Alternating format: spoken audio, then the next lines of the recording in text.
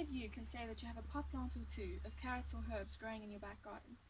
Maybe, like me, some of you have a 2-meter patch dedicated to vegetable growing. Unfortunately, smallholder farmers do not have the luxury of choice when it comes to turning on a hosepipe. They rely on seasonal rainfall arriving at a specific time and bringing with it a certain amount of water to ensure their food security for the next few months.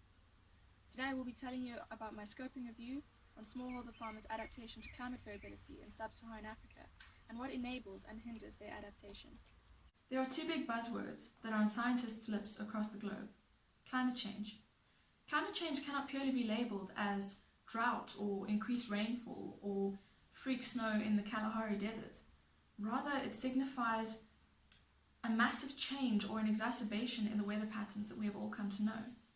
Since the 1980s, sub-Saharan Africa has been experiencing major drought with only increasing in severity. However, what if there is another culprit involved in the declining crop productivity across sub-Saharan Africa? What if there is something closer to home involved in my maize not growing as successfully? What if, by virtue of being a woman, I have less access to financial resources and training, or even social capital that the social norms and traditions in my area have dictated?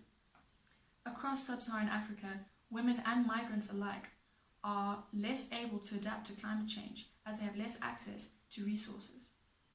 Through my research, I was able to outline two main adaptation categories: on-farm and off-farm adaptation.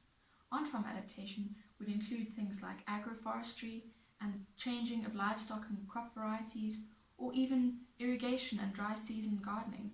Off-farm strategies include migration, selling assets, or applying for credit from banks. The catch-22 there, of course, being that banks require collateral, which is something that smallholder farmers in poverty do not have.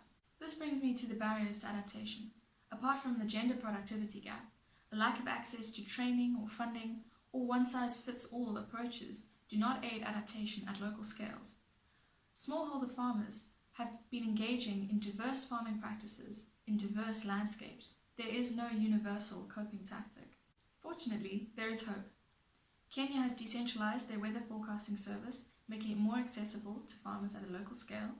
The DRC has invested in legume planting to aid with nitrogen fixation in its soils, whilst international and local funding organizations have instituted drought-resistant crop varieties across sub-Saharan Africa.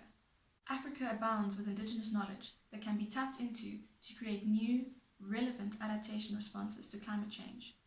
Our climates are fluctuating and changing, and we can only adapt to them by falling into step with their new rhythms.